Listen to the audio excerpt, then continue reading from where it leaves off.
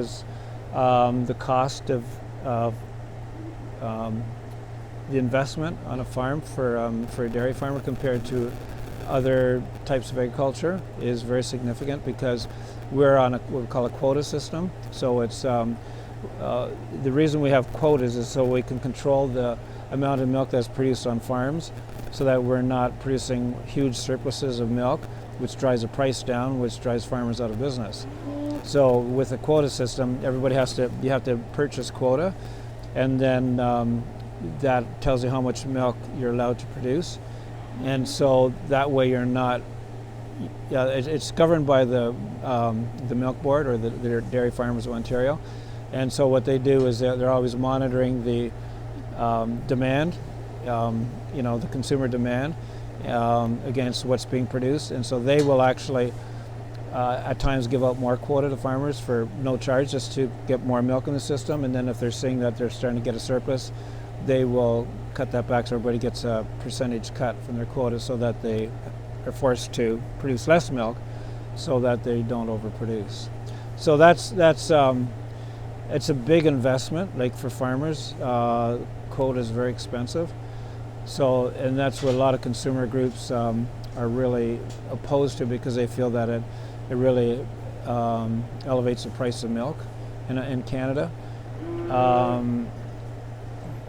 It's hard to say, because there's lots of places in the States where they pay just as much for milk as they do here. What tends to happen is, if we didn't have supply management, and then you get more milk in the system, it would drive the price of milk down, but it's no guarantee that the stores would charge less for milk, because they can charge whatever they want, right? So it's this way the farmer's getting, and it's all set according to cost of production formulas, so that it's not like a free ride, so every farmer's going to make a lot of money. You still have to be efficient, because it's actually, they take all the costs of feed and everything, all your input costs for the average farm, and then they say, well, what would be a reasonable return on their investment? And so if a farmer is a poor operator, he's still not going to make enough money to, you have to use good management in order to be profitable. What would you say your main competitors are? Our main competitors? Yeah. Generally in the dairy industry right now, it's fake milk, milk alternatives. Oat milk is becoming now. It's the new big thing. Unfortunately, they allow them to call them milk, where they're really not milk. They don't have the nutrient content that cow's milk does.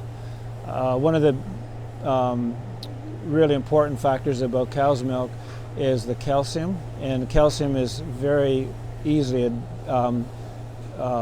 digested by the human body, right? And so it's really good for your bones, your teeth, and all that.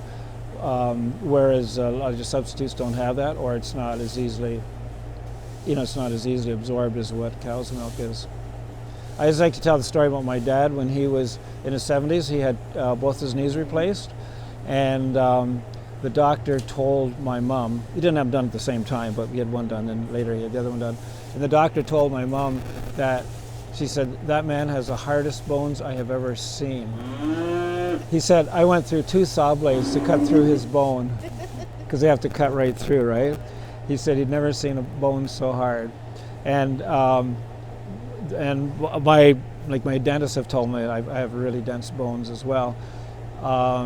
And we attribute that to all the dairy. Like we've been raised on milk, we always consume a lot of milk. And so many people today, like, they think when they get older, they shouldn't drink milk and stuff like that. And so, like, why? Like, you should have that for your bones, You still need to feed your body, feed your bones, right? So, and cheese, cheese, yogurt, any of those products, they're all just the same. It's just as beneficial as milk is. Who do you mainly supply to? So all the milk in Ontario is purchased by the Ontario Dairy Farmers of Ontario, which is the Milk Marketing Board. And what they do is they distribute it to different dairies or different plants where it's processed. So they're in charge of the distribution, but the milk is sold to the board.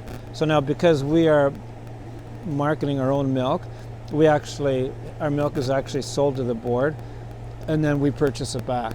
So it goes to Hewitt's Dairy, and then we purchase it at whatever price, they pay for it, and then we pay them the bottling charges and processing charges. So technically we still sell our milk to the board.